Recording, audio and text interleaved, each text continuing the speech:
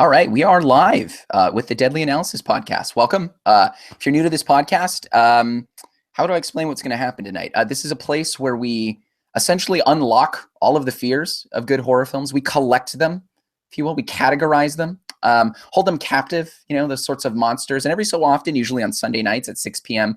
Pacific Standard Time, we let one of them loose. We let it loose. We observe it and we discuss it. We take the elevator ride down to the dark side. If that sounds intelligent, it's because I completely made that up right now. Me, Noah, I take credit for that statement. And that kind of gives us a segue into our film. Who would have thunk it? So the movie we are discussing tonight is the 2012 horror film, Joss Whedon horror film, The Cabin in the Woods. If you don't know who Joss Whedon is, may the merman kill you in your sleep because you are a moron. You are a moron who needs to turn in his or her nerd card. We're talking Buffy, we're talking Angel, Firefly, Dr. Horrible sing-along blog, a bunch of Marvel films, and a forthcoming one that I'm really excited about, which is a horror slasher film, actually written by and produced by Joss Whedon that takes place in World War II. So it'd be kind of cool. The film doesn't have a title at this point, but it sounds pretty awesome.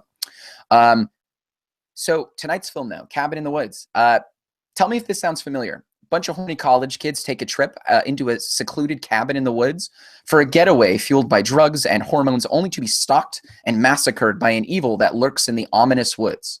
Pretty familiar, right? Pretty tropey, some could say. In fact, a little too familiar, a little too tropey. But in this film, the familiar and the trope are there for a very purposeful and very real reason. Our horny college kids in this film were hand-selected by an organization within the government to partake in a ritual of sorts. Every action of the teenagers in this movie is monitored on their way to and at the cabin, and they're eventually led to the basement of the cabin, where they stumble upon a broad array of artifacts that, unbeknownst to them when interacted with, summons a particular type of monster that comes and kills them all, right? And why is this governmental organization doing all of this? Well, the answer is actually really simple, because Sigourney Weaver's in charge of everything. That was clearly the fuck up from the very beginning. The alien just totally messed her up. So the fact that all of these youthful little shits all conform to kind of archetypal conceptions like the whore and the athlete and the scholar and the fool and the virgin, this is happening because these folks have to be sacrificed, apparently, to ancient and evil gods that lie dormant under the earth. And I did not see that coming in the film. It was one of the things that completely took me for a loop. I knew there was something weird going on with the shadowy government thing, but to know that that was the reason was a little weird. So I'll just kick it off. I'm kind of already doing this by saying that I love them. I actually really love this movie. It's one of my all-time favorite films, actually, period. Not just horror films. I love this movie. And I love it because of the self-aware nature and kind of the double perspective offered by the film. I've often argued that The Cabin in the Woods is one of the few truly postmodern horror films that I enjoy, somewhat similar to the original Scream, which I also think is another postmodern horror film. Both, to some extent, are fairly genre-bending, and there's a kind of acknowledgement of the banality of prior horror lineage. And it's literally woven, in fact, into the dialogue of the characters taking part in this film. And, to me, a postmodern horror film, or postmodern film, really, is one that acknowledges within itself the rules upon which it itself subsists, right? And then only to later on completely remove the rug from underneath its own feet, right? So it kind of makes explicit a sort of formula and then mocks it and laughs at it. And there's a couple scenes in this movie that are like this. The one that always hits me is the one at the very end of the film. It's also a very nihilistic scene. It's the scene where the virgin looks over to the fool. So I think it's Dana, looks over at Marty and says something like humanity, right? Very pessimistic, like humanity, it's time to give someone else a chance, right? And there's a kind of our time is up. It's time for something else.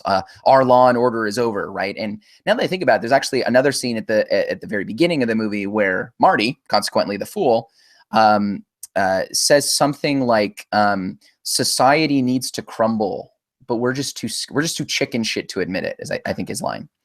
And I think these two statements, one at the beginning of the film, one at the end, reflect a kind of post-formula, post-structural sort of idea. At least we'll tease that out tonight. At least that's what I get from it.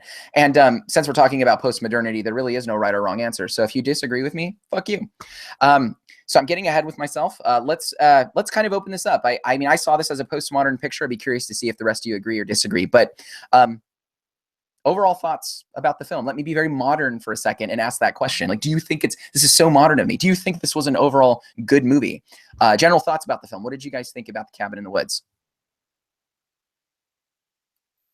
General thoughts. Yeah, I love this film. I actually remember walking out of this movie thinking to myself, oh, wow, now they can never make a bad horror movie after this. And of course, I was wrong. But it was because this film did such a great job of getting all of the horror movie tropes and then sending them up, making fun of them. I do think this is a postmodern film. I think it's inarguably a postmodern film. I would like somebody to, I actually hope that Ben or Antonio will be able to make the argument that it isn't, and then we would be able to not have unanimous agreement on that. But yeah, it's a postmodern film, and it's a delightful one.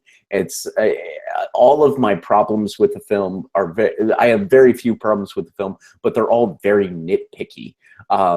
As a whole and as a structure, this Joss Whedon and the director Drew Goddard hit it out of the park with this one.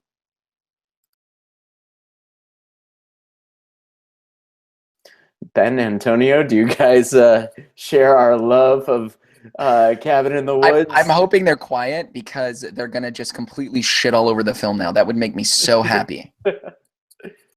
I was actually just kind of holding out, maybe seeing if Antonio wanted to jump in with the counterpoint as far as the postmodernism is concerned, because I'm definitely not going to be able to offer that point. I don't think it's even almost questionable that this is intrinsically just postmodern. There's so much about this that really just sort of screams that attitude. Even just going down to the fact that they quite literally put a spotlight on the archetypes that they're using. I mean, it's not like really about the characters themselves. It's literally about this role that they're supposed to fill. They go into the order in which they're supposed to die. They make it explicitly clear that this is sort of applied across different like horror movies that you could bring into this. I mean, with the monsters themselves, they have werewolves at the very end. Whenever you go down that elevator into that government facility, you have monsters in there that really look like what you can see in Hellraiser. They have the werewolves. They've got, of course, like weird mermaids. They've got ghosts. They pretty much, they cover the entire gamut of any like horror movie monster that you could really think of and say, okay, well, across all of these, the core commonality here is these archetypes. And the beauty of this movie, I think, is that they, as the part of the storyline, they say, what's going to happen if we disrupt this order? And that's really the key, right? You have the stoner fool guy who gets killed like you expect him to, but in the end, that ends up being sort of like the little bit that they really sort of looked over. He doesn't actually die. The fact that he was smoking weed sort of helps him out as opposed to becomes his detriment. And then that becomes the thing that overthrows the entire system when you break that meta narrative. I mean, I could go on and on with points like that, but yeah, I don't even think it's a question.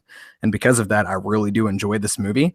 When I first watched it, my first reaction was that it was amazing. And I got the feeling that it was very sort of like divisive. It's like one of those things that you either really like or you really, really hate. But as far as I'm concerned, yeah, I mean, I just like the commentary of this movie is just incredible. I really enjoyed it. Let's talk for a moment about those monsters that you referenced, Ben, because on the board is one of my favorite sight gags of this film. The government organization, or maybe it's a government organization, maybe it's not even. Is it Kevin? Governmental. Kevin. Yeah, Yes. Kevin. On the board, there's a list of all the potential monsters, and one of them is just Kevin. Now, that is fucking hilarious. Now, I kind of want to just see the Kevin movie. Like, what happens if they choose Kevin? They have a whole list of Killer Clowns is represented. So we've got the It representation. There's a representation of the villain from Hellraiser, Pinhead, the Cenobites, I think they're called. Do you know what he is called in the credits? What is he called in the credits? Fornicus, Lord of Bondage and Pain. Fornicus, Lord of Bondage and Pain. It was a joke they threw in. That is fucking hilarious. Oh man, the Easter egg. I guess it's an Easter egg of this film. It's as entertaining as the film's action itself. There's even, oh my god, killer unicorns.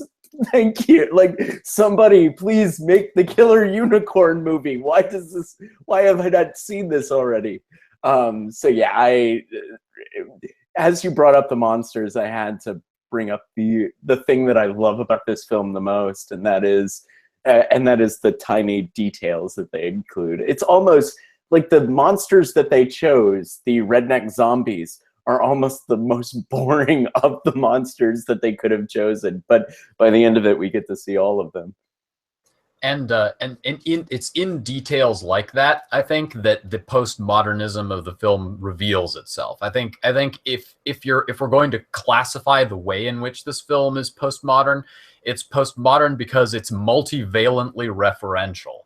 It is referent to a bunch of audience expectations, to a bunch of cultural tropes, and it depends on the expectations that these tropes and cultural items generate for the narrative power of the arcs that it tries to draw. You know, the whole reason that it's interesting that Cenobites, or Cenobites is correct. Anyway, so it's the way that the film exists. The film narrative exists on multiple levels, some of which aren't even inside the film, but are inside the audience and the audience's expectations as they relate to the film. That's really what makes this a super postmodern narrative, in my estimation. And I think it's actually it is a brilliant idea in its core concept, and in the way that it sort of does an as above so below kind of thing, where it shows you a horror movie being written. It shows you it from the it's a couple of movie screenwriters writing a horror movie that shows you what screenwriting a horror movie is like, basically, is the idea. It's almost got a Truman Show sort of quality to it in that respect. And I think it really has a Truman Show quality in that respect when you consider that the movie literally ends with the end of the story, with the destruction of everything by the Ancient Ones, right? And so it's that world comes to an end when the writer's purpose comes to an end, exactly as happens. It's a symbolic representation of what happens in actual narrative writing. And so to that end, I actually want to ask the other folks here a question, and that is, who do you think the villain is in this movie? I think this is the most interesting question you can ask about this movie. Who is the villain in this movie, and why do you think they or it or whatever is the villain? I think it's from my perspective, it's pretty easy to be able to say that it's the old gods that are the villain. I don't even really think that the people running the show, the ones that are forcing everyone to conform to those archetypes and, selecting people to come and die, I don't really see them as being bad guys per se. I mean, you have centers like this all across the world who are really trying to make this happen because of a fear we have of the entire world ending, right? It's out of self-preservation. And if you think about the sacrifice of 4 people every year versus the entire world ending forever, I really can't say that they're bad guys. But it's going to be, I think, the ones underground that are sort of forcing this to happen, that are demanding the sacrifice in the first place. It's clearly the Harbinger. The Harbinger is the villain. The guy at the very beginning at the gas station. He's the number one culprit.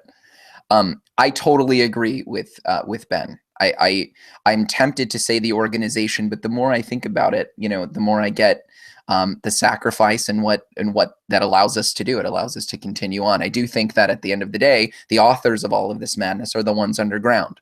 They're I guess they're kind of vague about the monsters, but they're the ancient ones, the old ones, if we want to throw in some sort of connection to Lovecraft. I would say off top of my head, just kind of winging it, it's the old ones. I'm going to agree with Ben. I'd also have to agree with Ben, but I wonder about the question, like, do we need a villain? Like, does this movie have a villain? I think one of the things that I dislike about all of the horror movies that this movie is sending up is the fact that there is a clear delineation between good and evil. That in all of these, for example, Friday the 13th, Jason is clearly the bad guy. In Friday the 13th 2 through 500, Jason is clearly the bad guy. He's the villain. He's the antagonist. If we escape or defeat or somehow destroy Jason, then we'll be okay. That's a very clear good-evil delineation that I don't think accurately represents reality. In real life, people aren't villains. People aren't clearly good or bad, and so that's why I sort of wonder at the question: does this film require a villain? And does this film have a villain? Like, I'm gonna switch this one back on you. Excellent question, and that's halfway to the point that I want to make here. So there's a sense in which when you look at the narrative of this movie, there's not really a villain in a moral sense, because there isn't a particular sympathy for the protagonist. The protagonists don't have anything going for them, especially other than just pluck and random innocence. But the movie makes clear that that's not necessarily relevant. And indeed, when they choose to like end the world, obviously that's a moral decision that has huge implications on other people. And how you evaluate that decision, of course, will depend on your own moral code and how you frame the characters.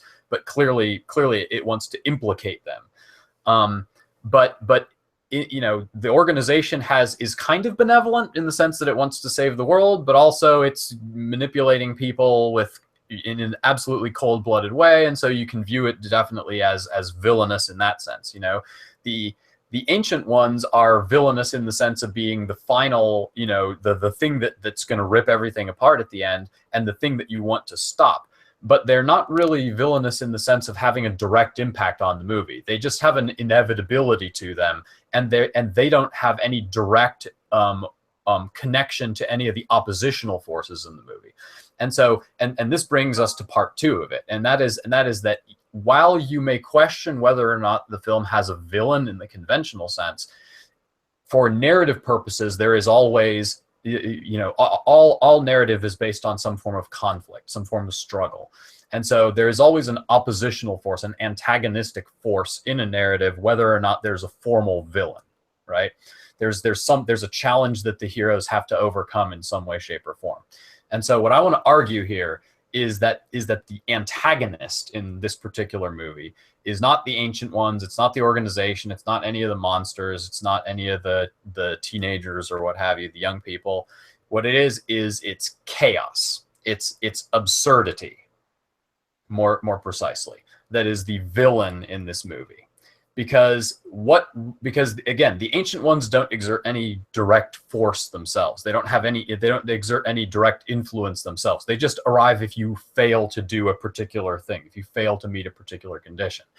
And so what are the things that trip people up in this movie? Think about the moments where the narrative turns, where the moments where people are thwarted in this movie are incredibly random seeming, arbitrary seeming elements that are super hard to predict. The fact that Patience the zombie just happened to walk past all those people and not get interrupted by anybody or distracted by anybody and just happened to come up at the exact wrong moment.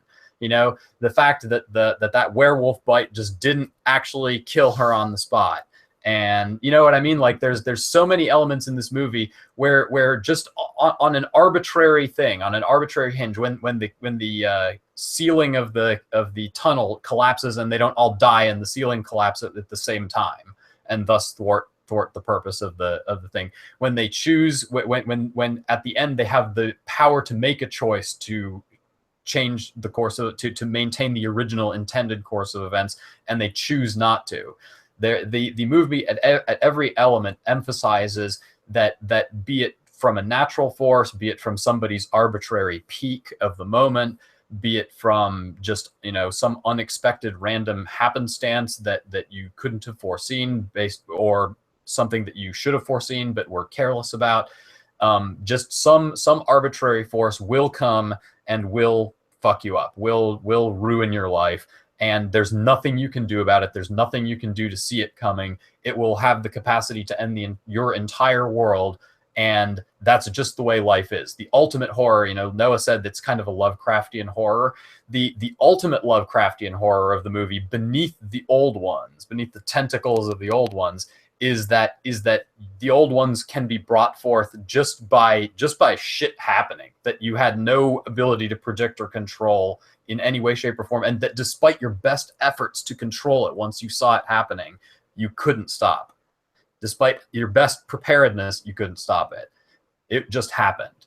That's just the way it went down, and and that's the horror of this particular movie. So let me try and tease out some of that. So you're arguing that chaos and wait, are you arguing that chaos itself is the villain, or that violations of predetermined order is the villain? Because I think there is a separation there.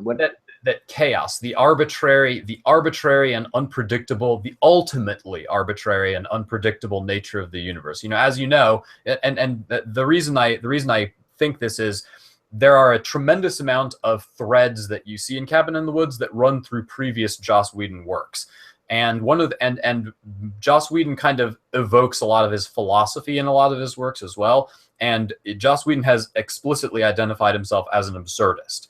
And if you read Joss Whedon's works in an absurdist framing, you see this come out very, very strongly, I think. And I think Cabin in the Woods is one of the most blatant examples of Joss Whedon framing a story in absurdist terms, in terms of where everything is ultimately meaningless and arbitrary, and the only thing that actually creates meaning is just the act of filling that space by being for as long as you be. I can buy that. I like that. Yeah, go ahead, Ben.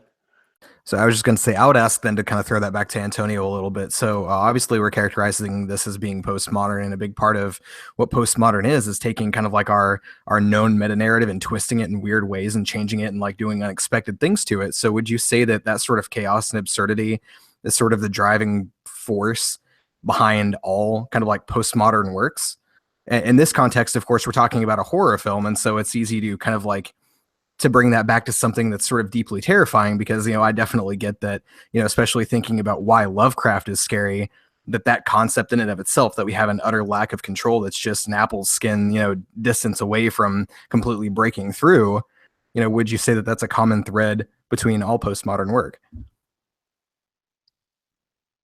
I think that the ultimate unintelligibility of reality, the idea that all notions of reality are constructions, and that there is no one intelligible layer of reality that conscious minds can experience in the same way no matter what, I think that would be a postmodern idea. I don't know how far I would expand it beyond that, but certainly I would say at least that much, at least that idea that truth is a construction, no matter how you want to put it, and that reality ultimately is beyond anything that you can construct as a truth.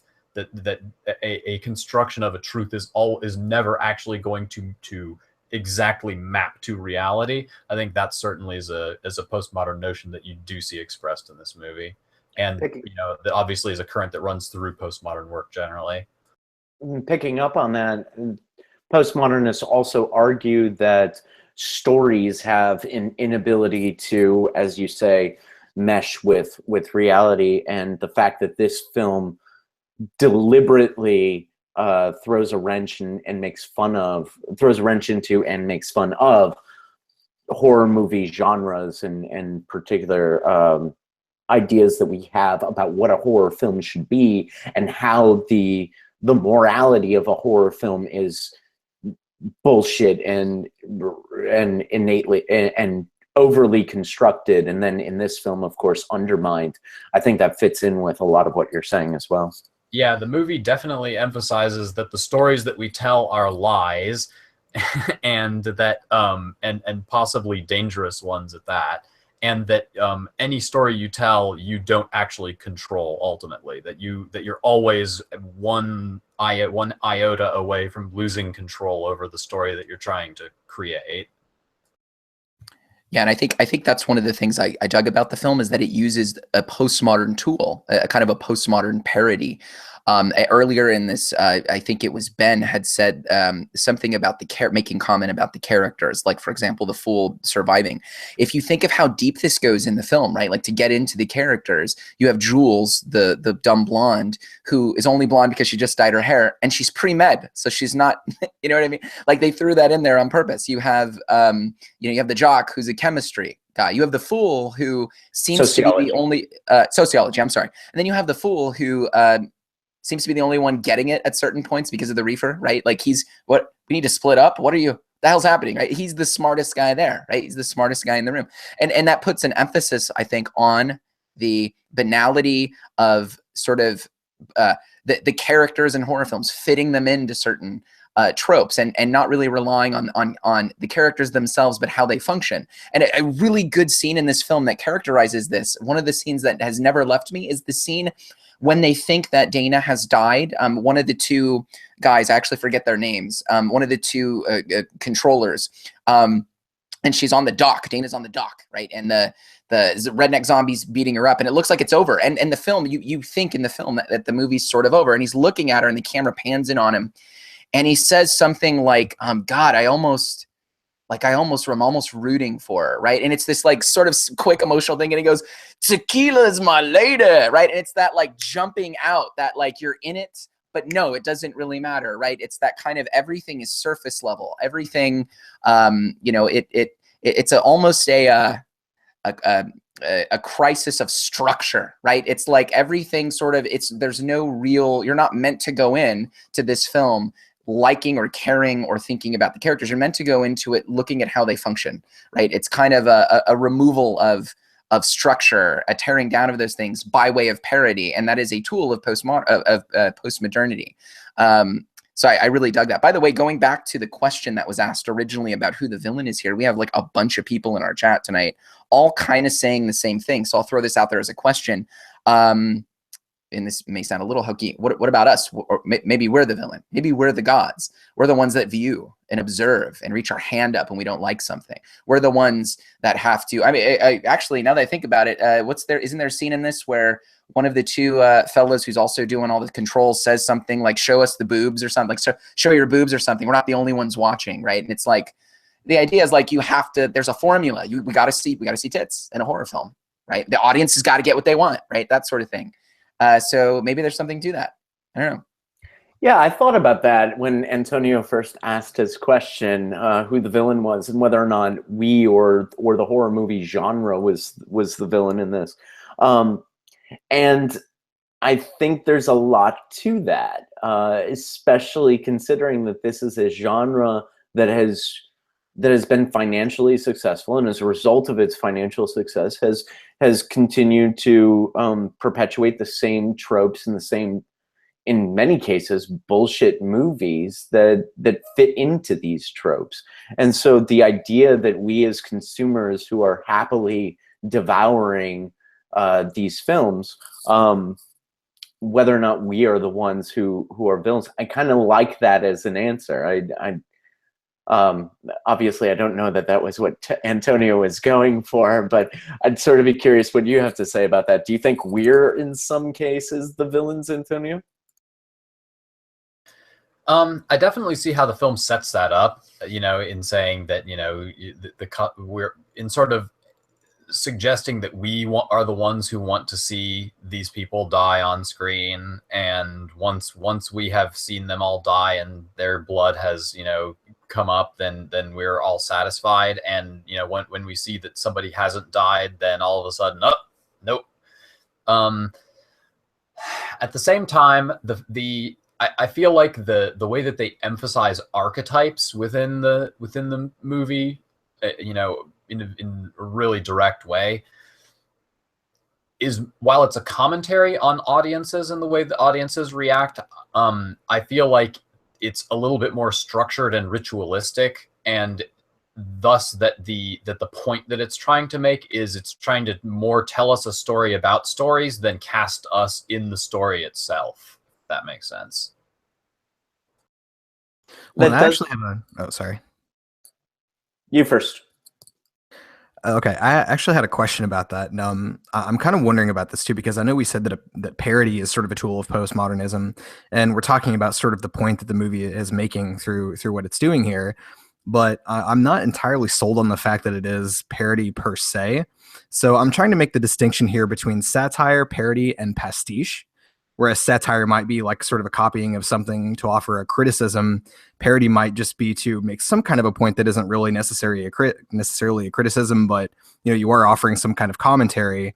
And whereas pastiche would just be more of like kind of like a playful nod, or like maybe even just mimicking for the sake of mimicking, but then adding your own unique twist to it.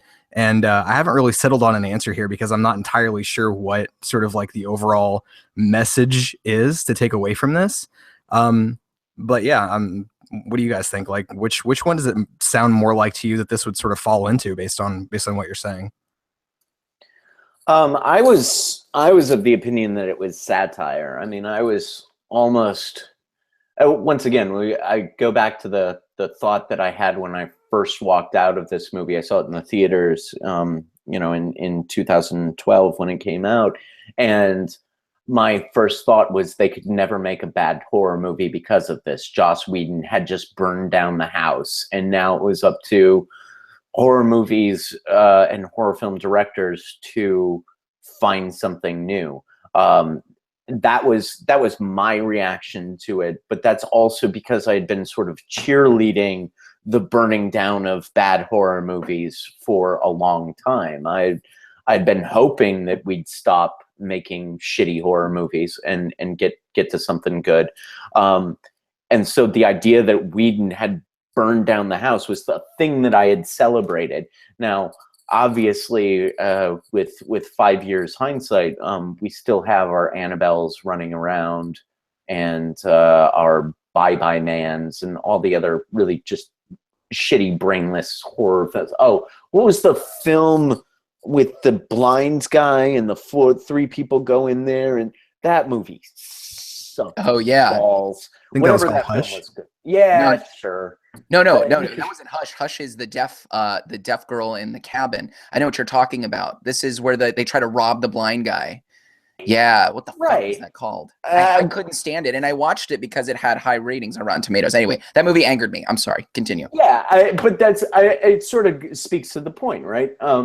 That's a film that kind of follows a similar territory. It kind of follows the horror movie tropes that Whedon is, I think, satirizing and hoping to draw attention to the fact that these films don't make any sense, that they fit a particular formula, and that they simply, in many cases, that they have become such a copy of themselves that they don't work anymore. So I'm in the satire camp. I don't know about the rest of you then. Yeah, I mean, I'm going to be completely honest with you. I just didn't think about it that much. I used the word parody, but satire seems to definitely make more sense. And going back to the kind of the satire of mechanism in horror films. Do you guys, the scene, this always cracks me up every time, the scene where the cellar door just fucking flies open for no reason. One of my favorite scenes, right? It's just, oh, let's go down there. Let's go down there, right? I mean, how many horror films have you seen where that kind of shit, you're just like, why? Like, what are you doing, right? Scream parodied the same sort of thing. And I think there's another scene where they electrify her weapon, right? And this is a trope in horror films, an actual trope. We'll maybe go through all the tropes in this film. I listed all of them. But there's a trope in horror films where the protagonist drops the weapon for some unbelievably ridiculous reason that makes no sense, right? As a way to just function in terms of the film. And there's a scene in this where they like totally satirize that, where they electrify her knife and she drops it and doesn't even notice. I didn't remember that till this last viewing. I had no idea that happened. I was like, what? So I think it goes back to just kind of satirizing the very structure and mechanics of modern horror films. And in fact, so much so that there were movie posters. I don't know if you guys know this for this movie that said things like this. It said on the posters, "If you hear a sound outside, have sex." That's one of the movie posters. If you hear, yeah, don't breathe. That's the movie we were talking about, Jim. If you hear a sound outside, have sex. Another one, if something is chasing you, split up, right? Like, fucking brilliant, like absolutely brilliant. Anyway, there's something about like selecting from a catalog of nightmares, like at the end of this film, that is itself a kind of commentary. Go through all the list of monsters, but really quickly, let's go over the tropes in this movie. Like, there's probably 10 of them really quickly that they poke fun at. The abandoned cabin, and this is taken from tvtropes.org for this film, right? So someone collected all of the tropes that's in the cabin in the woods. The first one is the abandoned cabin. The second one is the harbinger, right? Clearly. The creepy basement, creepy children, dangerous windows, right? Where Marty's actually like taken through the window, but he's actually the victor of that skirmish. So they reverse that, which is really interesting. Death by sex, dropping the weapon, which I just went over. Dumb blondes, dumb jocks. There's a final girl, right? Which, by the way, that term was coined in one of the books that we're eventually going to get to. Garrett's going to kill me that we haven't gotten to it at this point. It was first coined in Men, Women, and Chainsaws, which is one of the books we're going to get to in review. The jump scare, ominous music box tune, summoning artifacts, surprisingly sudden death, and then a torture cellar. Those are all of the tropes. I can't think of any more than those. So those are all the tropes in this movie. Well, Yeah. and go ahead, Jim. No, I was just going to pick up off of Noah's point. What's really great about this is when that cellar door flies open, the dumb jock Chris Hemsworth's character says, "That must have been the wind," and Marty says, "Yeah, like that makes sense." And that kind of Marty sort of works as the Scream character, the Matthew Lillard character in Scream. I believe it's Matthew Lillard who kept poking fun at all of the horror movie genre tropes that get played in Scream, and Marty kind of works as that in our in this film, and I think it says something that he's the one who's immune to it.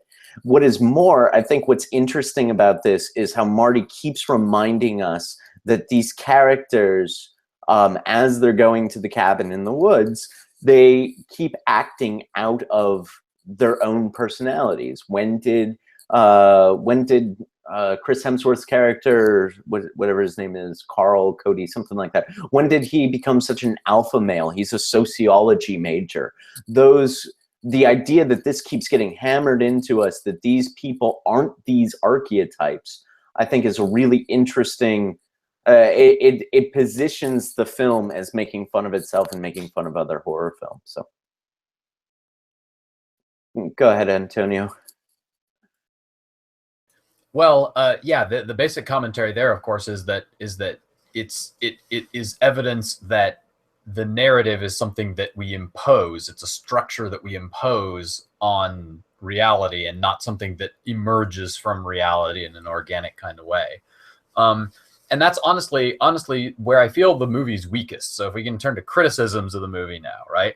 So where I feel the movie is weakest is that it's kind of suffers from a lack of courage of its own convictions. Like, for example, there's a moment in the movie where they put the board up on all the bets, and if you pause and look at all the bets that people placed on various different monsters, again, like they have Kevin and they have the unicorn and mermen and the zombies versus the zombie torture family, but if you read a lot of those are really pretty interesting. A lot of those are really pretty interesting monsters, and when you see some of the other monsters they could have come up against in the elevator, a lot of those are some pretty interesting looking monsters, and they went with some fairly generic, zombies. Like the most interesting thing about the zombies was that there was that guy who had a bear trap on a chain. Like that was the cool thing about the zombies. And you know, this is, yes, you do get to see the merman at the end, and you get to see a tentacle snatch somebody, and some other, you know, nice moments later, much later on in the film. But as far as what they kind of hang the main, or at least the initial narrative structure around, it would have been interesting to see them, you know, take one of the much more potentially compelling things on that board, instead of going with something as generic as, you know, zombie torture family. And I understand they were probably trying to emphasize that it was sort of a generic plot, you know, for the purpose of sort of highlighting the postmodern elements of the narrative.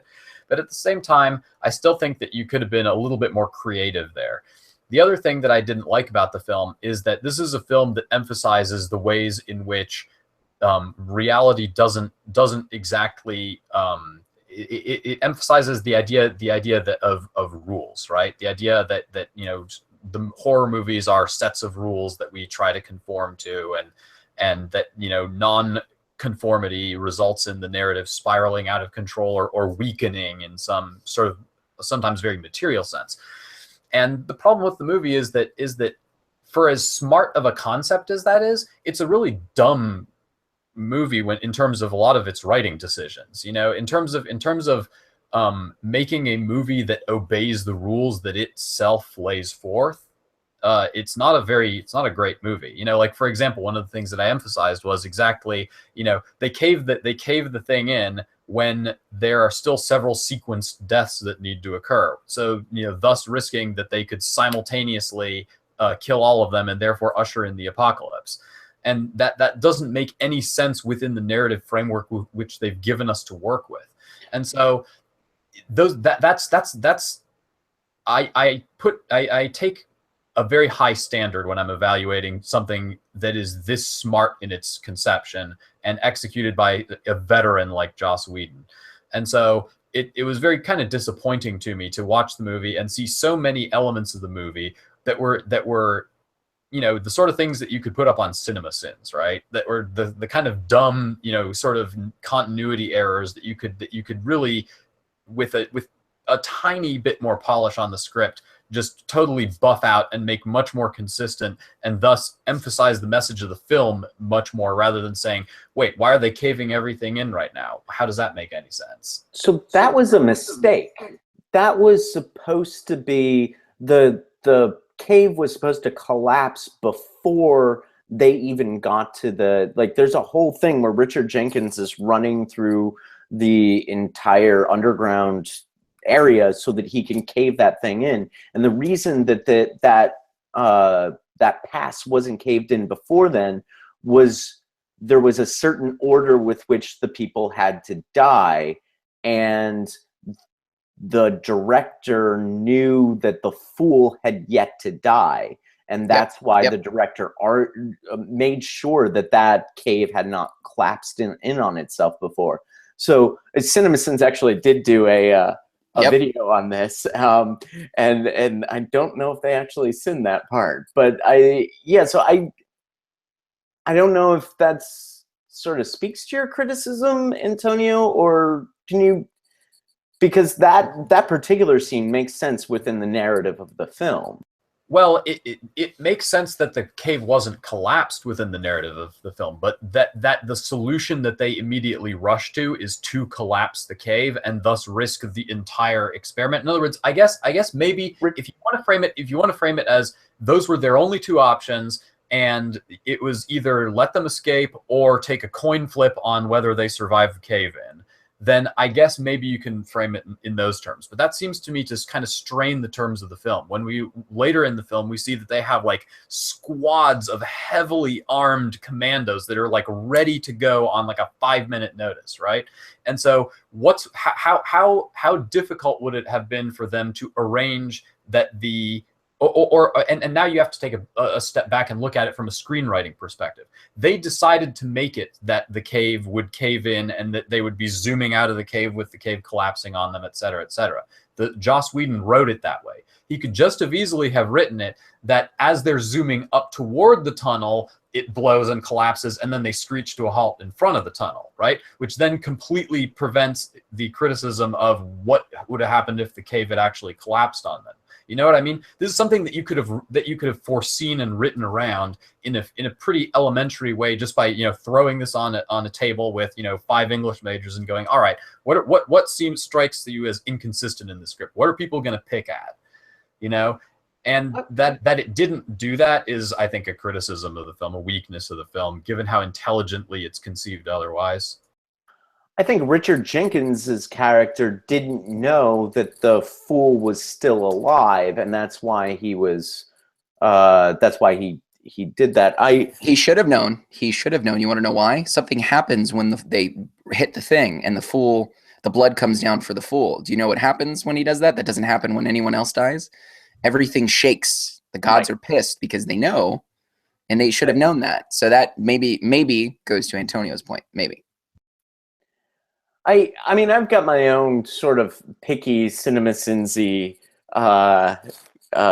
problems with the film, but this is one that I'm not fully on board with. Yes, I think he should have known, but I also understand why he didn't react to that and go, oh well, the gods are clearly pissed.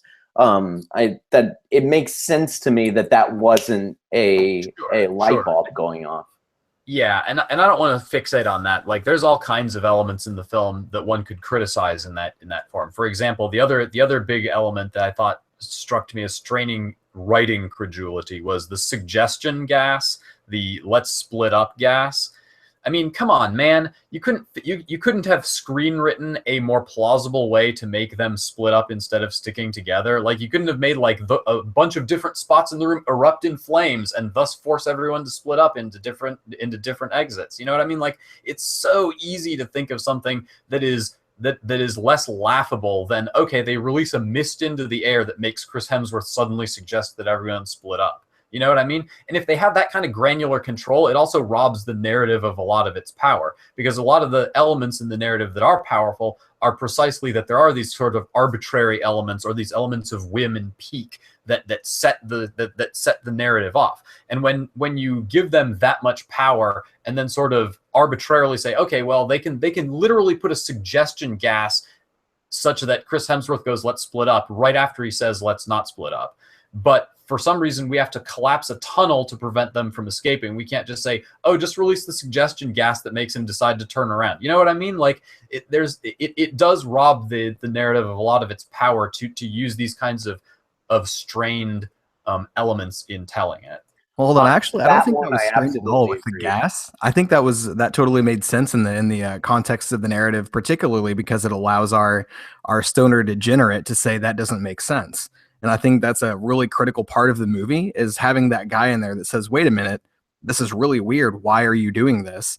And if the mechanism by which they split up had made sense, then that kind of wouldn't have worked as well, and they wouldn't have been able to highlight sort of that twist in the storyline. I agree with Antonio in the sense that the suggestion gas does make the Hadley and Richard Jenkins and Bradley Whitford's character make them much more powerful than they show themselves to be at other points in the narrative. And that, in that type of inconsistency, I see Antonio's point. At the same time, so one of the I'll use this to get to a few of my criticisms. For example, if I were designing an underground lab with a bunch of horror movie monsters, the last thing that I would install would be an all things go to hell button. I wouldn't even install that button. Like, that wouldn't, like, if the purge button. Right. Like, if I got that, like, that underground lab as a piece of IKEA furniture and I had to put it all together, that is one part that I would leave in the box. And so the idea that that button exists, to me, is to quote CinemaSins, that's a sin for me. Like having suggestion gas, like other aspects that I might quibble with Antonio about. But I think, as I'm sort of thinking about my own criticisms, that button leads to one of the greatest shots in the entire fucking movie. The elevator doors dinging and then all hell breaking loose is one of the greatest things I've seen in cinema in such a long time. And so it seems to me that as a writer, if I have the choice between doing something that's maybe strains a little bit of credulity, but it pays off in something incredible, then I'm going to go ahead and do the thing that strains a little bit of credulity. So the button strains credulity, but it pays off. The suggestion gas strains credulity, but it does pay off. And wait, that's a really stupid idea, or the line that Marty has there. And I think that that's, as I'm thinking about this film and criticizing it and picking it. Also, why the fuck do they drive an RV to a cabin in the woods? An RV is the cabin. You drive a car to the cabin in the woods. Why would you drive an RV there? Once again, that's just it's a thing that strains credulity, but although the RV doesn't really pay off all that much. So anyway. If I could, I just, before we get too far away from this, I wanted to go back to what Antonio said about the villains that they choose to use and how arbitrary and sort of boring they seem. Honestly, I really feel like that's one of the strengths of this movie. And to go into one of the criticisms I have, I'm really glad that they didn't pick a monster that sort of overshadows their ability to make the focus really all about the structure of the characters and the relationships and kind of like the weird stuff going on in the narrative and all that sort of like high level stuff. If they had a memorable villain, and this is probably the only time that I will ever say this ever in any movie that I watch, I'm glad the villain kind of sucked. Because I'm a huge fan of like a really good bad guy. In this case, the traditional bad guy that would have sort of fit into their horror movie narrative, it needed to be really bland. And I'm super glad about that. The one criticism that I would have is that I'm actually a little bit upset that the final monster or whatever, like the at the very end, whenever the old ones or whatever, you see the hand breaking up. That's an amazing scene. I love that. But I'm kind of pissed that those entities had a will and that they were demanding sacrifice. Now, I would have really been a little more pleased, I think, if that had been out, if that had been written out, like if it was just more random and more chaotic, as kind of like you were mentioning earlier. The fact that they were somewhat memorable and had kind of like this driving force, I think, was actually a weaker point. I wish that had been a little bit more toned down. So a couple things. One, about the RV. Shayra mentioned in chat that the RV is a shout out to The Hills Have Eyes, which is why they added it. So that makes sense. My criticism, you guys have the most intelligent criticisms of this movie. I'm going to give you mine, and I'm glad I'm going last. And it's a legit criticism. The scene where Jules is making out with the wolf. My main criticism is that didn't last 30 seconds longer. That would have made the movie so much better for me. It's my main criticism of the movie. One of the things I wanted to mention is, and I thought about this on my last viewing of this film, it didn't dawn on me, but the fact that all the other nations successfully destroy the monster and the US doesn't, that struck me as maybe, and this could just be me reaching, and it probably is, a kind of criticism of American horror, of our genre. I mean, it seems that, especially during the time that Cabin in the Woods was made, foreign horror films, and we can some of them that we've actually reviewed, were knocking it out of the park, right? And American horror films just sort of formulaic, same sort of shit. So I don't know if it struck me as possibly being a criticism to the American genre, American horror. I like that, except that it shows that the other countries failed. So they failed by successfully defeating the monster. Oh, right. Okay, the monster that the people had chosen. Okay, yeah. I thought you were saying that they successfully defeated the gods, which didn't happen. But yeah, that would change the shit out of this film. Yeah. The Japanese, how fucking difficult is it to kill 9-year-olds? Another great line in this movie where they're able to put the spirit into the frog. But okay, yeah, that makes sense. That makes a lot of sense. Yeah. So what else did I want to add here?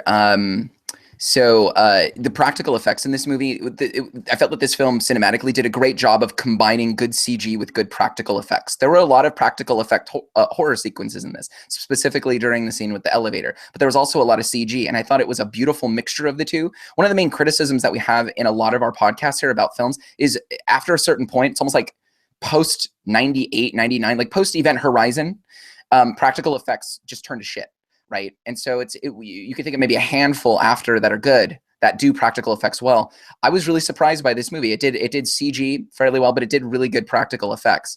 And I got to agree. I just want to throw this out here. The scene where the elevator dings and all the monsters come out, I will never forget that when I was in the theater. I actually thought the movie was ending at the scene that I spoke about earlier, where it's the final girl sequence. I got totally had by this movie. I got final girled, because when Dana is out there and she's about to die on the dock, I'm like, okay, like what next? Like, where am I going? Like, what are we going to do? You know, I'm thinking it's going to be over in the next 10 minutes, which is what I was supposed to believe, right?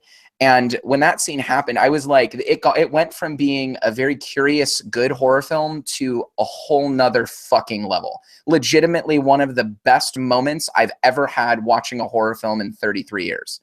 One of the most enjoyable moments, right? We've been analyzing a lot of the post-modernity and all that, but in terms of enjoyment, one of the most raw, enjoyable experiences I had in a horror film. Probably second only to watching Jules make out with the wolf. Probably. So. Yeah, dude, that scene, like right there, it was absolutely perfect. It just sort of escalates into like this exploding balloon of absurdity, and I really feel like they did a good job of that, and I think they made it easy to connect to. Where if they had gone like a little more abstract with it, maybe the film would have like missed, and maybe it wouldn't have been like successful at the box office or something. But honestly, if I would have changed anything about this, really, like I would have liked to have seen it explode, kind of like Mother did, like where it just gets to a point where it's just unrecognizable and just completely ridiculous. You know, if we were going to completely destroy the narrative, that's where that should happen. Like it should be fairly normal. You should see kind of what's going on up to that point, and then it just loses its mind. And they did a really good job of that. But yeah, maybe just a little more would have been nice. So I have really quickly some list of fun facts that I stole from the interwebs about this movie that I think would be interested to see how many of these you guys know. The movie's opening, where it shows the organization folks talking about their day-to-day, very banal conversations about like cabinets and shit. That entire sequence, it was like 3 minutes, was purposefully made by Goddard and Whedon to confuse the audience and make them think that they walked into the wrong film. It was entirely made for that. The entire script was written in 3 days, which I think itself is maybe one of the biggest fucking criticisms of horror as a genre, that they could do this in 3 days, right? Amazing. Jamie Lee Curtis was considered for the role of the director, but it ultimately went to Sigourney Weaver. That's interesting. I probably would have liked to have Jamie Lee Curtis on there. Yeah, who would have you preferred? I like Sigourney Weaver. I think Sigourney Weaver was good. Yeah, she was good. Maybe putting Curtis in it would have been a little too... You know, I've been a little too much. I don't know. They've both been final girls in horror films, so that's why I like the Sigourney Weaver touch. Yeah, like to put the Jamie Lee Curtis is the scream queen, right? Like to put her in it would maybe be giving us a little too much. The sort of postmodern criticisms and satire would maybe have been sullied, like removed a little bit, given that they're bringing in an actual scream queen from Halloween, and we've been talking about tropes to which Halloween is completely completely on the radar for. So yeah, I kind of like that. I like that they put in Sigourney Weaver. It would have made too much sense to put in Jamie Lee Curtis, I guess. The song that's playing at the office celebration party is "Roll with the Changes" by REO Speedwagon. So that's interesting. I didn't know that. What else? Oh, and also to go with what Jim was saying, Whedon intended this film to revitalize horror genre. So my question, I guess, would be, and I think Jim has already answered this, was that a successful endeavor? Did Whedon, by creating this film, revitalize the horror genre? So post 2012, did this make an impact? What do we think? I'm gonna say fuck no, because we're all idiots. That's what I'm gonna say. That's my answer. Yep, exactly. I think the movie was probably just a little bit too smart to connect that well with the public at large. Like, I mean, it's analogically, okay, if we're going back to satire and this is a commentary and a criticism about the horror genre at large, and maybe the end of the movie is kind of that analogy of tearing that down, you know, society needs to crumble and we need to let it. Well, what they're really talking about is that sort of structure that we forced horror movies to be in for so long. Yeah, that does need to crumble. But I just don't think people got it. And like I was talking about earlier, how like some people really enjoy this film and a lot of people just really hate it, and it's very bifurcated in that way. I kind of think that was why. But I don't necessarily think you could make the point that Joss Whedon was making without having it kind of like this higher level. So I'm not sure how a person could make it succeed in that goal, right? Because I mean, you have to have it at a level that everyone can really understand it, but it also has to really like have this commentary about those meta narratives. But yeah, dude, like I just don't think it delivered on that promise. Yeah, people have to care. People have to care about the criticism. You know, I don't think that's happening in horror right now. I think most of the horror films I hate came out. A lot of them came out after this movie. You know. Well, I think they're it making also another Star Wars trilogy. Like there is no like quality in movies. There is no consideration of quality in movies anymore. Nothing it is doesn't sacred. exist as a factor. It's all can you bank it to an international audience for $500 million gross or not? Like that's pretty much the consideration in top movie making these days. Zero consideration to originality or quality. Well, I'm sort of excited about the new Star Wars movie if Rian Johnson is behind it, but they're making a Bumblebee Transformers movie. So that goes to your point. God is dead. God is dead. Yeah, I mean, sort of like a lot of this falls on us as the consumer. If we continue to support movies that are dumb and follow the same types of tropes that Whedon is satirizing, parodizing, pastiching, however you want to say it. If we want to continue to support those films financially, then we will continue to get those films in the marketplace. Instead, we should support the films like Get Out, which is probably going to be one of the most profitable movies of 2017. It was made for $5 million and it gross. It's almost up to like $500 million. It's an amazing financial success, and hopefully that is going to mean something as horror as a genre goes further. We've had intelligent and interesting horror films since 2012, and we've had a bunch of shit too. It all depends upon us as film goers to support the things that are appropriate for our attention. And I think that if we choose to continue to go see films like Don't Breathe, Bye Bye Man, etc., Annabelle. And if we continue to support those kinds of films, then we're going to continue to get those kinds of films. Yeah, I mean, I think Antonio's on the right track when he talks about the economics of movie making and the economics of originality, but that economics falls on us. In that sense, it sort of does go back to the earlier question, are we the villain? And we are the villain every time we pay tickets to see fucking Annabelle. So to that end, Jim, let me suggest that and I think that Joss Whedon's narrative largely agrees with you in this movie. You know, but to that end, let me suggest that the ending is incorrectly written in that case, because the way it should go is it should be that at the end, the ritual is fulfilled. At the last, she goes, oh, okay, yes, I will shoot him. And she shoots him, and then the ritual is fulfilled. All the blood goes down.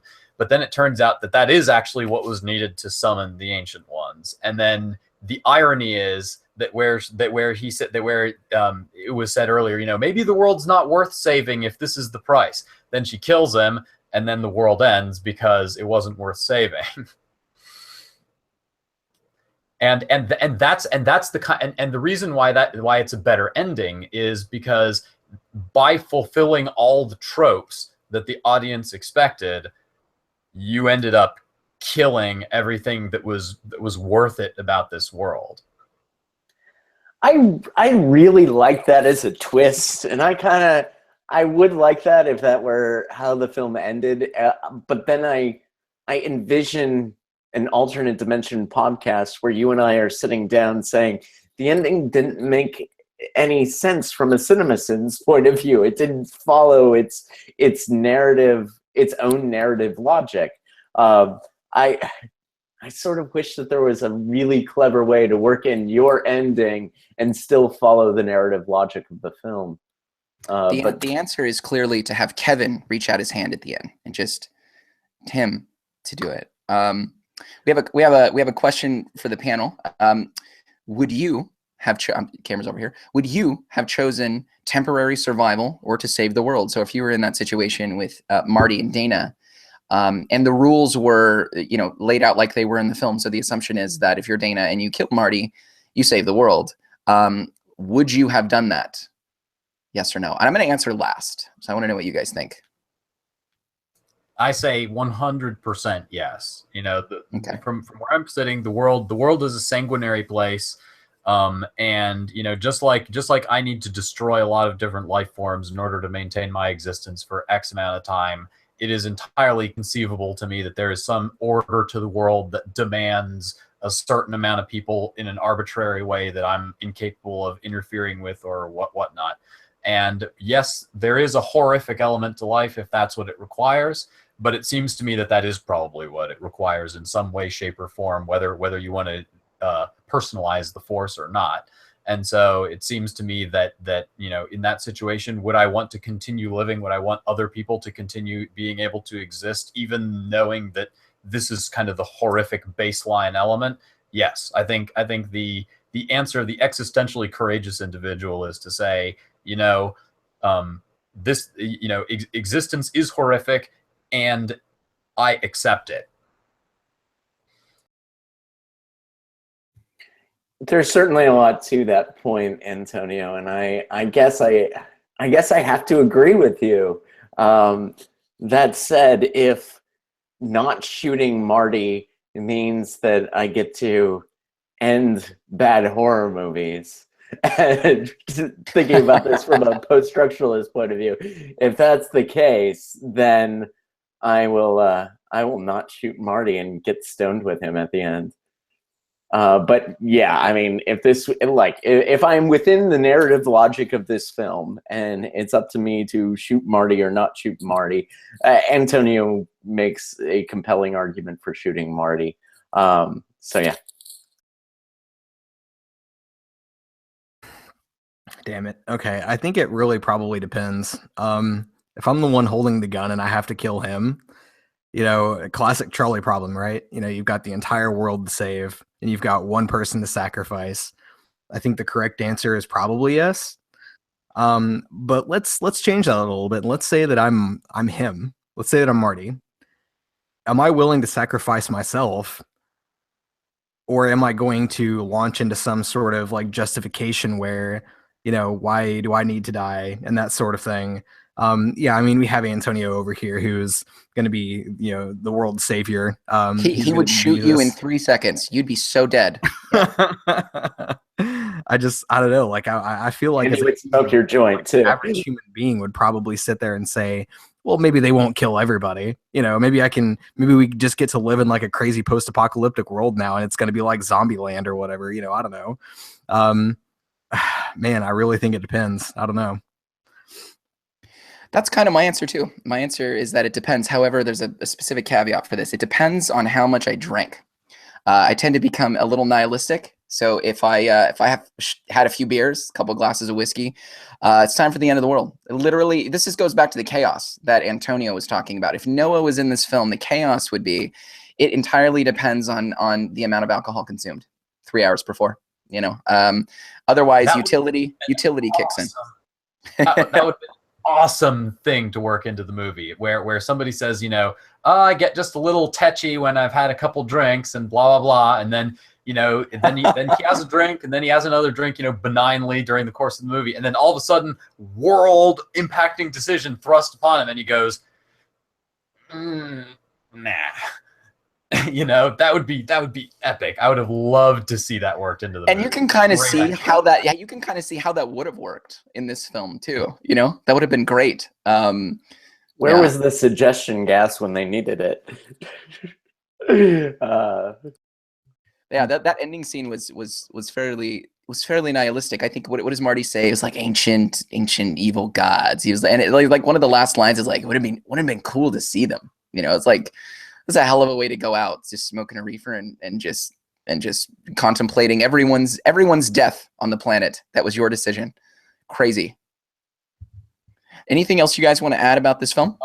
Yeah, one thing that I thought was really interesting relating to previous Deadly Analysis podcasts is, although it's not a postmodern narrative, have you noticed that the basic plot of the movie is identical to that of The Wicker Man? Oh yeah, this was brought up in the chat, and I didn't mention it. I think it was Shayra, and it was a specific scene actually, Antonio. I think it was the dance, oh god, like the blonde nubile dance or some shit that was in The Wicker Man. I think that was brought up. That was brought up a couple times in chat, so it's interesting that you said that.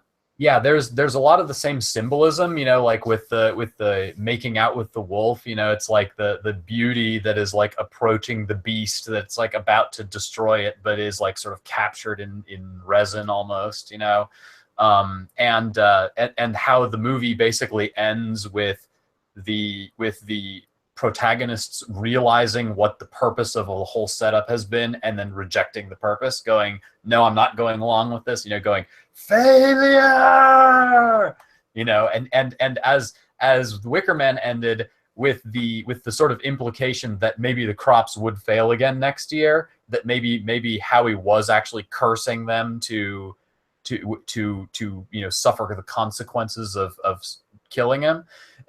It's that is very much kind of echoed as well in the ending of this, where, you know, all the setup kind of hardens the protagonists against the oppositional forces, and ultimately that condemns the entire enterprise to disaster in the longer run. Well, now you got me thinking, because, you know, and maybe I have to parse this out here a little bit. One of the other things is that when we think of The Wicker Man, we think of this island where there are these structures and rules that have they need to do ritual. There's rituals that have to happen, and the Wicker Man has to be killed at the end. And I think when we can think of postmodernism in some way as kind of a crisis of like not just structure, but a crisis of regulation, of rules, right? And you think at the end of the scene where the Wicker Man, why do I forget his name at this point? You know, Howie, yeah. He looks at them and says, you know, your crops, this isn't the problem. Like, he tries to remember that scene where he's trying to rationalize with them, trying to use logic. And, you know, there's a kind of questioning of the rules that they've set up on this island that are applicable to them only. And there's this kind of like, come on, man, come on, right? And that's essentially what Whedon is doing to us in this horror film. He's shaking us in the same way. Come on, like, this is bullshit. This is not the way things ought to be. I don't know. Yeah, and I think, honestly, like I said, I think this is one of the weaknesses of the film. And like I said, you can compare it to The Wicker Man as an example. One of the things that if you attend writing workshops or read books on how to write and stuff, one thing that people will tell you as far as world building, and I want to sort of refer this to magic specifically. Like, if you read, you know, guides on how to fantasy world build by people who have done this professionally, you know, for games and stuff like that, one of the things they'll say is, you know, make sure that you lay all your rules of magic out before you write a single word of the actual book, and make sure that every time there's magic used, cross-reference from your rules and make sure that all the rules are being obeyed, so that there's a consistent setup and a consistent expectation, right? I feel like The Wicker Man does really the part that strains credulity in The Wicker Man is how they find Howie to begin with. Once he actually arrives at the island, everything that they do to him is in setting him up to properly be the fall guy. Pretty much proceeds according to the rules that the film implicitly lays out over the course of its narrative. And in Cabin in the Woods, I feel like the rules that it implicitly lays out, it kind of doesn't try to follow nearly the same scrupulous extent, and that kind of is what weakens the narrative of the film as a whole for me. That's probably my biggest element of the movie that I would critique is, you know, precisely because it is so critical of tropes in horror movies, and so critical of arbitrary and kind of thoughtless elements in horror movies, that it then is lazy about those elements in its own narrative construction is a ding against the narrative.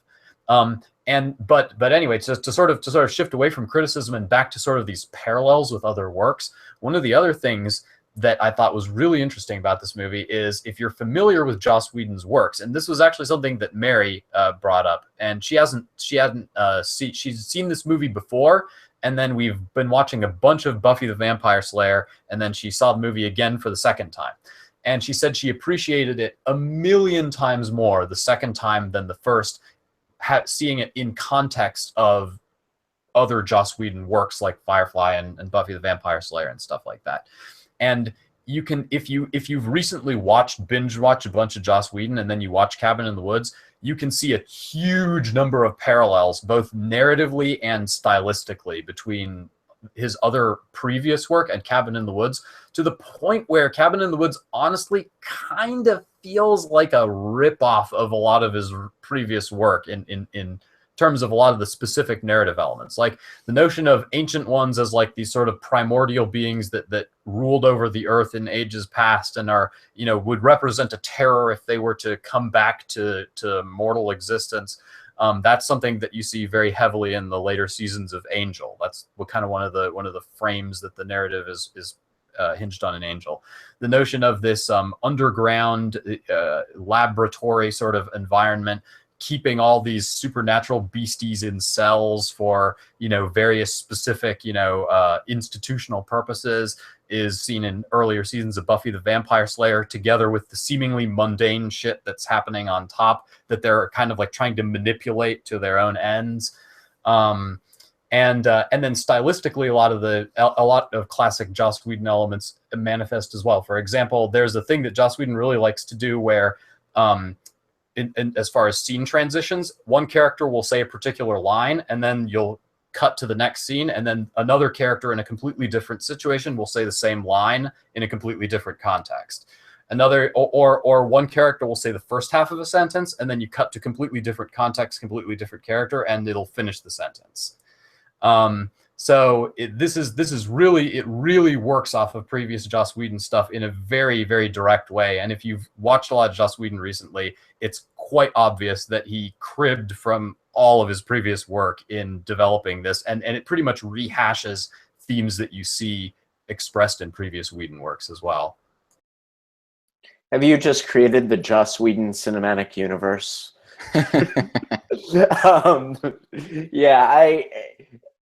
Everything that you're saying makes sense. I am not as familiar with Whedon's work as you are. I certainly haven't seen all of the Buffy the Vampire Slayer. I've seen some episodes, but not all of them.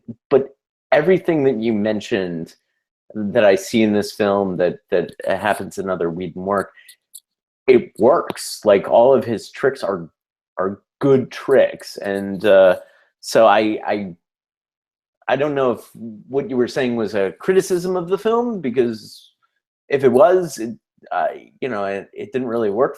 It didn't really work as a criticism for me. But yeah, I'm glad I know more about the Whedonverse now that we have a resident, thank you, Antonio, resident expert of the Joss Whedon cinematic universe. How trippy would it be if we go back and watch like season 3 or 4 of Buffy, and in the episodes where like Spike and everyone, all the monsters are being held, and we find a big red button in one of the scenes, the purge button. I'm almost tempted to go back and just kind of look over. I bet you that button finds its way in there. There's a purge button that's like just really, really nonchalantly just panned over. You never really notice it. And one of the major subplots in one of the Buffy seasons is that all of the beasties get out of their holding pens and then, of course, immediately overrun the like government security forces because they're spectral beasties. Well, maybe Whedon will pen the next Marvel movie and put in an all hell breaks loose button that Loki will press, and that will be our Or Sam Jackson. That'll be our Marvel scene or phase 5. I would pay good money to have Thanos talking to the Avengers, and just in the middle of a conversation, he's killed by Kevin. And like Kevin takes over and he's the new villain, right? And you guys know what Kevin's from, right? I can't be the only one. Okay. All right. Good. You're talking about Kevin from Home Alone? Yeah. Elijah Wood just comes in and like fucking drop kicks Thanos. That'd be the best movie in the world. Best movie in the world. Sorry. Yeah. So we do have a question. We're getting a lot of questions here. So this, let me scroll up a little bit. So the question was, and now I can't see it. Give me 1 second. Oh, do you think this film reflects how we all benefit from watching suffering?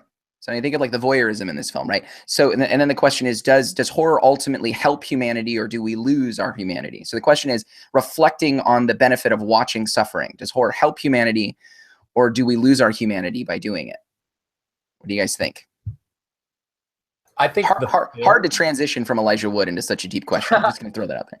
I think the film wants us to say that the voyeurism is bad. I think the film basically, I don't know if it explicitly portrays it in a negative light, but it certainly portrays that the voyeurism creates a commodification that is not portrayed in positive terms. You know, it's the sort of thing that makes us all run around and bet on people's lives. You know what I mean? And in a very kind of callous way. The callousness of it is emphasized by the fact that she's like, oh, they're just blowing off steam. You gotta forgive them. It's obvious to the outsider that this thing that's happening here is lacking empathy in kind of an alarming way. And so they're while they sort of excuse it by saying, well, there's other people watching, we got to see the TNA for the benefit of the ancient ones. They're also quite content to watch themselves. You know what I mean? So there is a sort of a recurring theme where the voyeurism is exploitative ultimately, and not just beneficial. And of course, for all the voyeurism at the end comes to nothing as well. And so I think if it has a message on it, it probably is a negative take on the voyeurism. But I don't know that the movie sets out to treat watching suffering as a moral question. I don't know. What do you guys think? I think it does. I think there are moments when she's the quote unquote dumb blonde character is dancing around, and I was really even in the scene that Noah seems to celebrate more than any other scene, the making out with the wolf or the moose as the stoner originally identifies it. I was really aware of the male gaze in those scenes, and then of course the film does tease the tits, and then later on shows the tits, and you see that in the reaction of the fellas in the control room. But I also think it's an important point to note what Whedon is satirizing here. Whedon and Goddard. I think we're short shrifting the director of the fucking movie, Drew Goddard, as well, co-writer as well. They're satirizing dumb horror movies. And so answering the viewer's question, I think dumb horror movies make us worse people. Dumb horror movies make us amoral, may exercise that incredibly limbic desire to see tits, ass, and death. Dumb horror movies do that. But the smarter ones, I'm thinking of films like The Shining and Silence of the Lambs, on and on and on. We can list our favorite horror films. And I don't think that those films objectify sex and violence in the same way that Halloween and some of the other ones that this one is satirizing. So I agree with Antonio in the way the film sets this up, but I also think that it's important to note what the target of the satire is, and that's the horror films that we all hate. Yeah, I think I'm going to have to echo Jim a little bit here. So I really don't think that horror as a genre necessarily has to be about voyeurizing suffering, and I think it definitely is a lot of times in America. In the kind of films that sort of like we put out, you know, you have Saw, you have all of these slasher films, and it's really focused on like blood and guts and watching people die and all that. But I think in at large, we kind of talk about this sometimes on the podcast, that horror is sort of a mirror and a way to look at yourself in a lot of ways.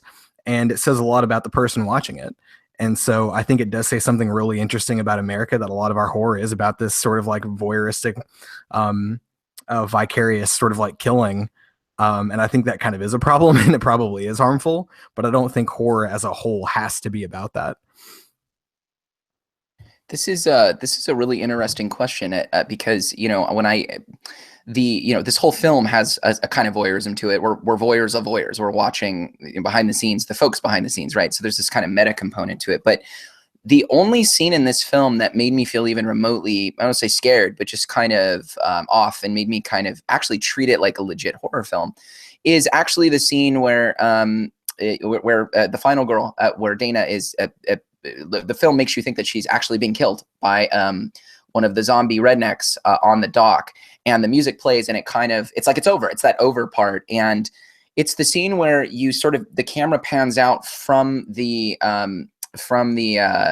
like the security camera essentially on the dock, and it makes you think it's over, that she's gonna die, and that that part of the movie is over, and that she legitimately, her life is ended.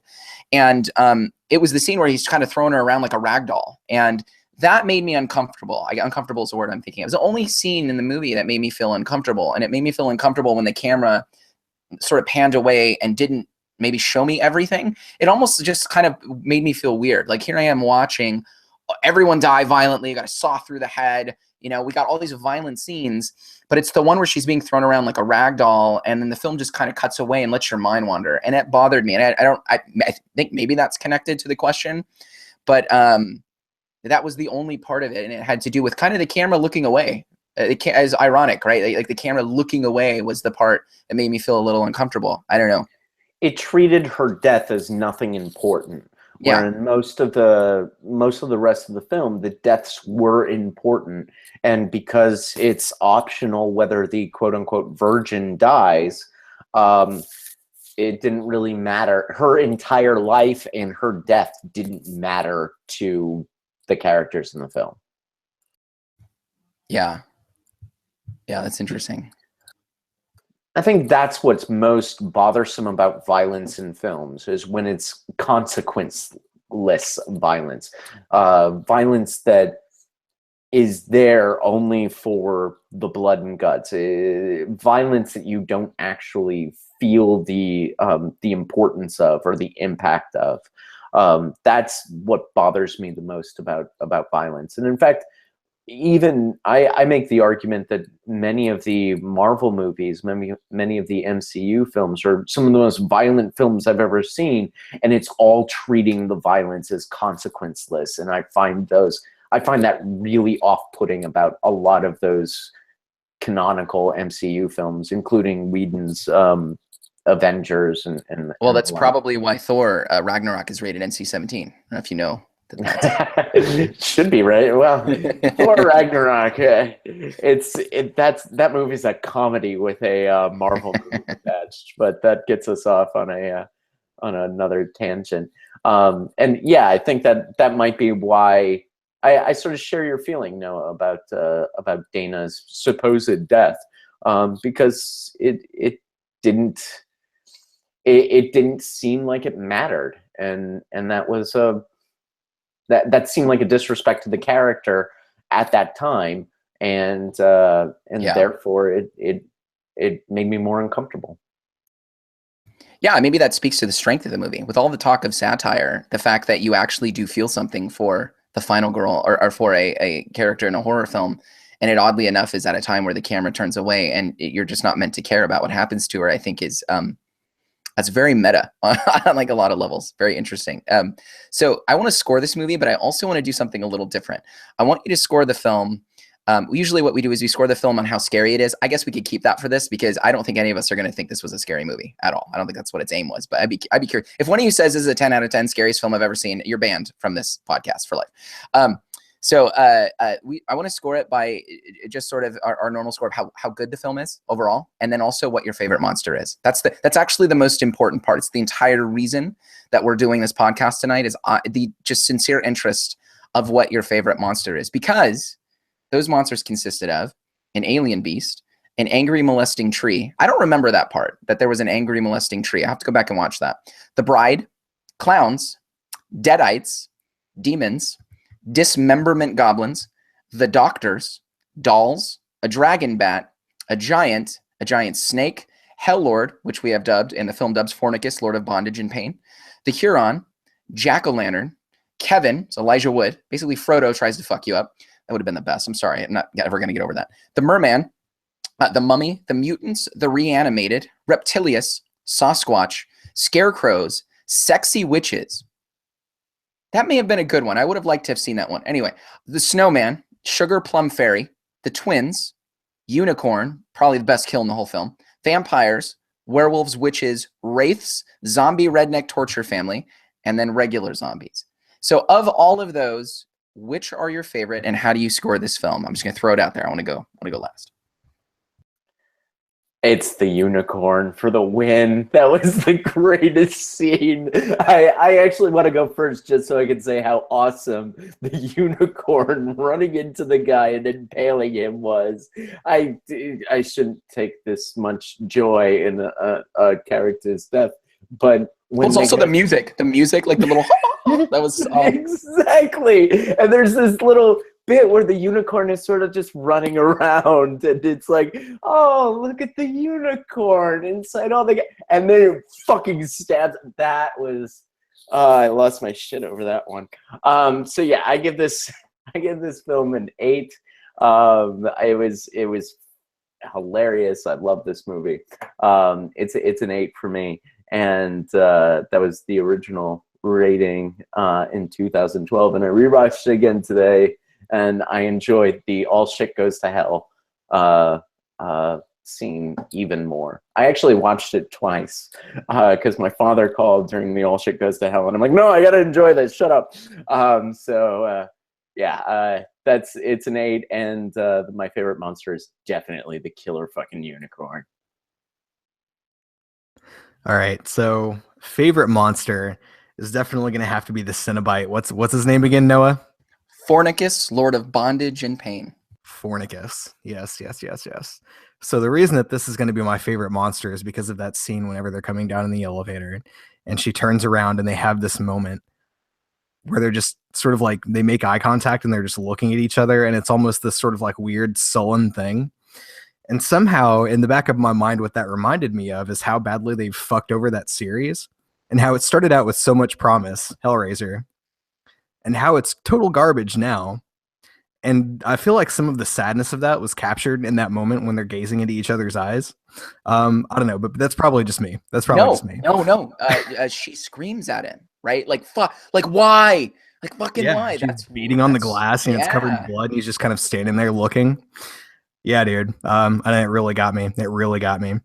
Overall, though, I think I'm going to have to give this, it's probably going to land as a 7 for me. And the reason that it's not higher, I really do love this. I love what Joss Whedon was trying to do. I really connect with the movie. It's fantastic. I love a lot about it. But there is something now that I have seen that sort of overrides, I think, the cynicism and the point that Joss made. And I can talk about that in a moment if you want to go on with the scoring, but there's like a thing that is like this that I think is better, that I could talk about. No, I want to know, what is the thing that is better? Go for it. Right. So, okay. So one of the things that we really didn't cover too much in here, and like a word that I really wanted to throw out, was intertextuality. And that's kind of that process of, you have this thing and it references a lot of other sources, like maybe literature or movies or music. You get inspiration from all of those different kinds of things and you pull it into the work that you're creating. And so that, I think, is sort of what's constrained horror into a box, right? It's why we have such well-defined tropes and why they show up in so many movies. And there's a really bad way to do that too. It's like you see in the new Star Wars movies where like literally everything is just a reference so that you can kind of like have that emotional moment like where, oh yeah, I remember, and you fork over your dollars, and it becomes really extremely harmful.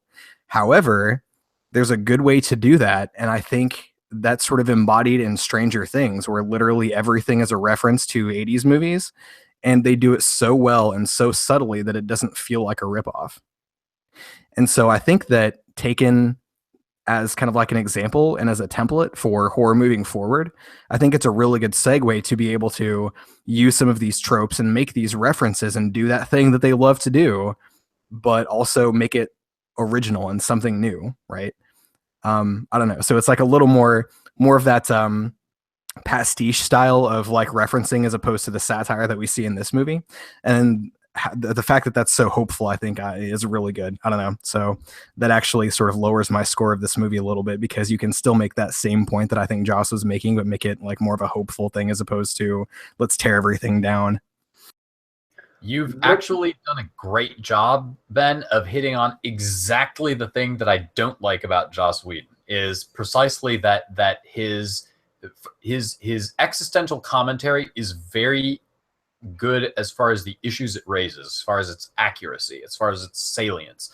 But as far as its conclusion, he ends on too cynical of a note. He ends on a note where there is goodness in man and people ought to be good and stuff, but just kind of as a primal scream against the ultimate unfathomability of the universe, and not really as something that can be preserved from generation to generation, something that's valuable in and of itself, as opposed to simply because we've assigned it some kind of arbitrary value in our few flickering moments in this whirling mass of chaos, and you're right that Stranger Things, I think the comparison to Stranger Things is brilliant, because that is actually a really good example of something that does actually, as you put it well, intertextually raise a bunch of references for its audience in a way that doesn't sort of rip up the narrative or come to hog the narrative as it kind of does in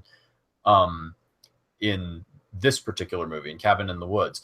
And I take pretty much Ben's take is very similar to mine. I would say that this is a very creative movie. It says some important things, and it's fun, and it's relatively well made, it's certainly one of the better horror movies to be made in recent times. But it does also, in the same vein, show the signs of having been written in 3 days. And I feel like a few more editorial passes on the script to tighten up its core themes and express what it wanted to express with fewer strains of logic and fewer kind of quizzical scratch your head moments, and maybe a little bit less of a distracting tone, would have strengthened the movie tremendously. So it is a good movie. I do like it.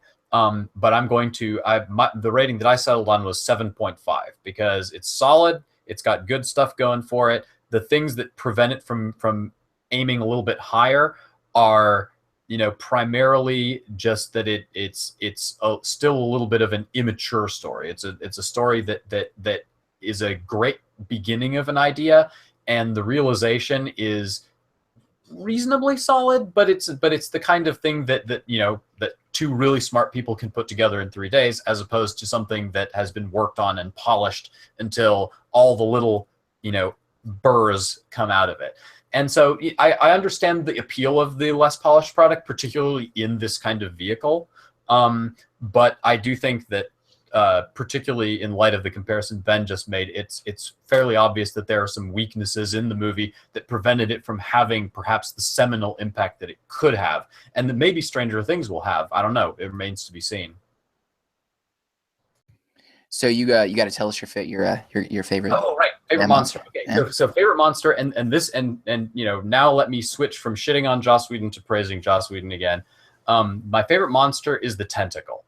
That just reaches out and grabs what's her face and just punches through the wall, grabs her and just hauls her off, and then that's it. She dies in like the space of 2 seconds, and there's no more commentary on her as a character.